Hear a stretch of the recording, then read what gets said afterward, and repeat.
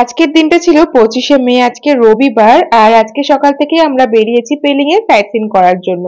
এখানে হচ্ছে orange garden দেখে তারপরে আমরা এখন এসেছি খেচিপেড়ি লেকে। অরেঞ্জ গার্ডেন থেকে আমরা এখন এসেছি ওই যে খেচিপেড়ি লেকে। এটা ওদের একটা খুবই পবিত্র স্থান বলে মনে করা হয়। তো আমরা যাবো লেকে, তার আগে ভাবছি এখানে অনেক রেস্টুরেন্ট আছে, সেখান থেকে লাঞ্চটা সেরে তারপর যাবো। আমরা যখন এখানে এসে পৌঁছেছি তখন প্রায় 1:45-1টার মতন বাজছে। লাঞ্চ করার টাইম হয়ে গেছে আর চারিদিকে অনেকই ছোট ছোট দোকান ছিল।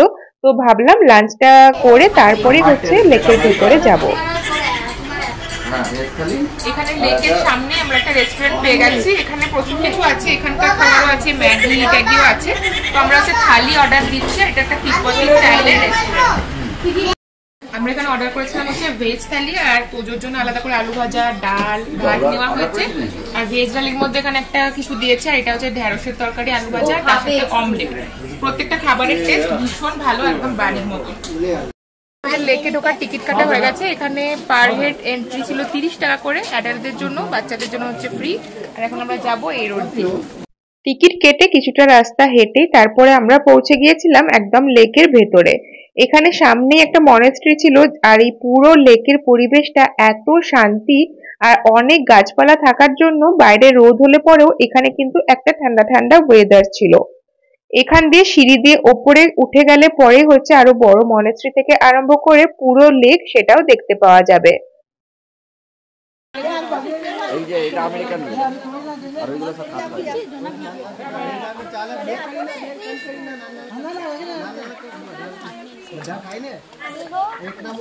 খাচ্ছে বাবা, দেখ মাটি করছে।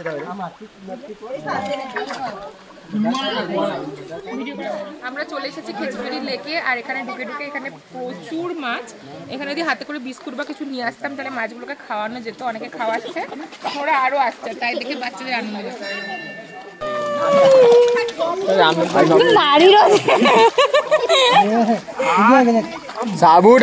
সামনের লেকের যেখানে হচ্ছে মাছ ছিল সেখানে মাছদেরকে খাবার দেওয়ার পরে আমরা লেকটা দেখে তারপরে বেরিয়ে এসেছিলাম সেখান থেকে। যাচ্ছিলাম হচ্ছে কাঞ্চনজঙ্ঘা ওয়াটারফলসে। পেলিং শহর থেকে কাঞ্চনজঙ্ঘা ওয়াটারফলস যেতে প্রায় 1 ঘন্টা লাগে, মানে 1 ঘন্টা যাওয়া 1 ঘন্টা আসা, অনেকটাই রাস্তা। আমরা বেরিয়েছিলাম ওই 2টো নাগাদ হবে। এখানে রাস্তায় যেতে যেতেও 2-3টে মতন ওয়াটারফলস আমরা পেয়েছিলাম এই পুরো রাস্তাতে।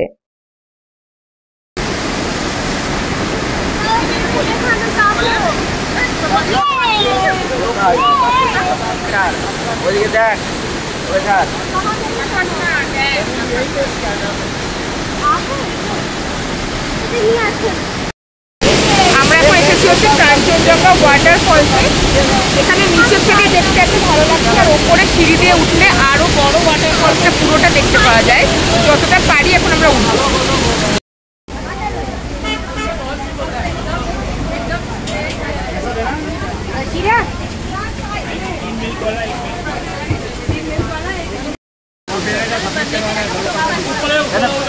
ভাই কিনে একটা তুলে নে, ছবিগুলো নিয়ে আয়।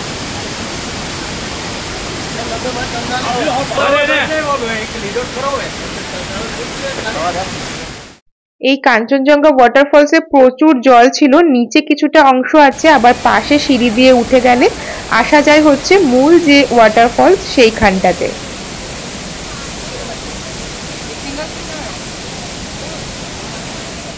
আমাদের মোটামুটি সমস্ত সাইট সিইং যা কিছু আমাদের দেখার প্ল্যান ছিল সবকিছু দেখা হয়ে গেছে। আমরা 5:30টার মধ্যেই ফিরে গিয়েছিলাম।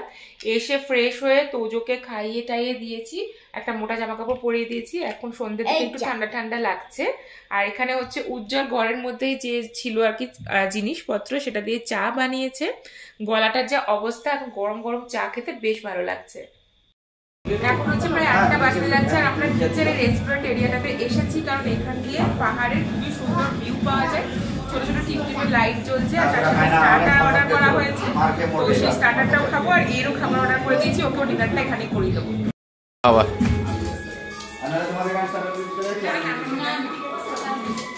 ডান্স কর পাপা পাপা ডান্স কর। আরে বাহ,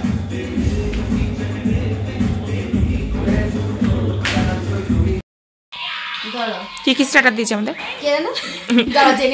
মনে হয় চিকেনের একটা ওই ড্রাম স্টিক দিয়েছে, আর চিকেন ক্রিস্পি চিকেন দিয়েছে।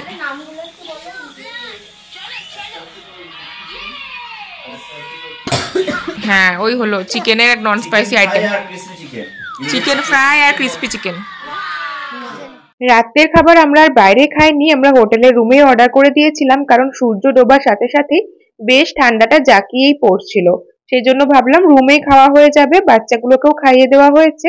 আমরাও বিভিন্ন রকমের ডিনারের আইটেম অর্ডার করে খাওয়া দাওয়া করেছিলাম, আর তারপরে ব্যালকনিতে দাঁড়িয়ে কিছুক্ষণ মন ভরে চোখ ভরে হচ্ছে পাহাড়টা দেখে নিলাম, কারণ কালকে আমরা নেমে যাব, আর তো পাহাড় এখন অনেক দিন দেখতে পাবো না। আজকের ব্লগটা এখানেই শেষ করছি। ভিডিওটা ভালো লাগলে অবশ্যই লাইক কমেন্ট শেয়ার করে দিয়ে পেজটা ফলো করে দিও। পরের ব্লগে আবার দেখা হবে। সবাই ভালো থেকো, সুস্থ থেকো, টাটা।